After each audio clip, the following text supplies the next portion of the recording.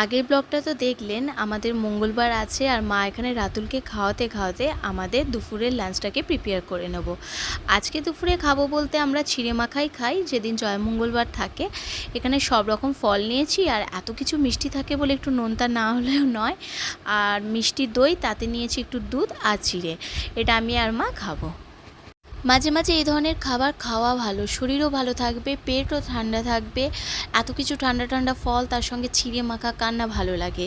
আর এবছর বলে না, প্রত্যেক বছরই যা গরম পড়ছে, আগামীকাল কি হতে চলেছে আমরা কেউ জানি না। এত গরমেই আমাদের টিকে থাকতে হবে, ভালো থাকতে হবে, সুস্থ থাকতে হবে।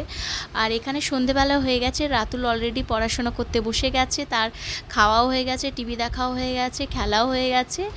আচ্ছা আসি তাহলে, আবার দেখা হচ্ছে একটা নতুন অন্য কিছু ব্লগ নিয়ে। আপনারাও ভালো থাকবেন, সকলকে ভালো রাখবেন।